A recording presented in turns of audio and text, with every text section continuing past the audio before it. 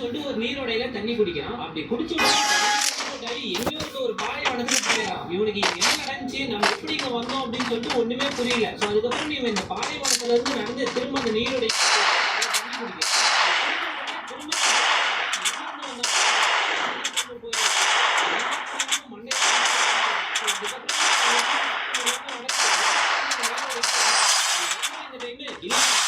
வேலையில வந்துக்கிறேன்.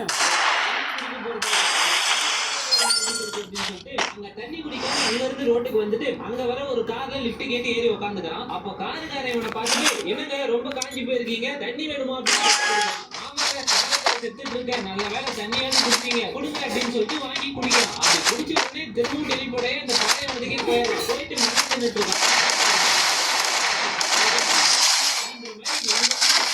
ஒரு வழியா இவனோட வீட்டுக்கு வந்து சேர்ந்தாராம். அப்படி வந்தவன் அப்படின்னு சொல்லிட்டு இருக்கும்போது அப்போ டேப்ல ஒளிவிட்டு இருக்க தண்ணி வந்து டிஸ்டர்ப் பண்ணுது. ஸோ இதனால இதுக்கு மேலே வயிறு வலி உடம்பு முடியும்